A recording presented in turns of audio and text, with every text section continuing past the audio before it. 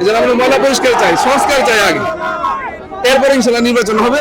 ঘরে যদি ময়লা থাকে, ঝামেলা থাকে, এগুলোকে পরিষ্কার করে এরপর নির্বাচন দিলে বসবাস করতে উপযুক্ত হবে।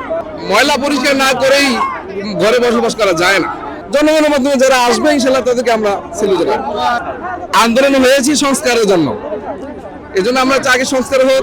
না আলহামদুলিল্লাহ, আমরা কেরানীগঞ্জ থেকে এখানে এসেছি, কখনো এলাকা ছেড়ে ঈদ করিনি, কিন্তু এবার এই অন্য কোনো একটা বাংলাদেশের কারণে আজকে আমাদের শহরে আসা এবং এত আরামের সাথে এবং নিরাপত্তার সাথে ঈদের নামাজ আদায় করতে পেরেছি বলে খুব ভালো লাগছে আলহামদুলিল্লাহ। সবাইকে ঈদ মোবারক।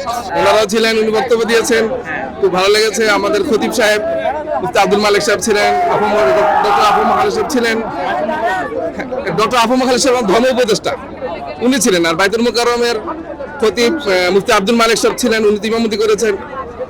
এবারে সবাই ছিলেন, এই জন্য খুব ভালো লাগছে আলহামদুলিল্লাহ। এবার আন্দোলন হয়েছি সংস্কারের জন্য, এই জন্য আমরা চাই সংস্কার হোক।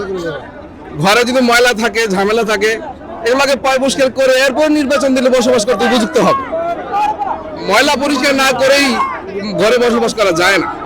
এই জন্য আমরা ময়লা পরিষ্কার চাই, সংস্কার চাই আগে, এরপরে ইনশাল্লাহ নির্বাচন হবে। জনগণের মাধ্যমে যারা আসবে ইনশাল্লাহ তাদেরকে আমরা সিলেক্ট করব। ঈদ মোবারক বাবা, ঈদ মোবারক সবাইকে জানাই। ঈদ মুবারক। নামাজ পড়তে কেমন লাগলো? ভালো। কোনো ধরনের সমস্যা হয়েছে তোমার? ফ্রেন্ড ছিল। ঈদ মুবারক। আসসালামু আলাইকুম।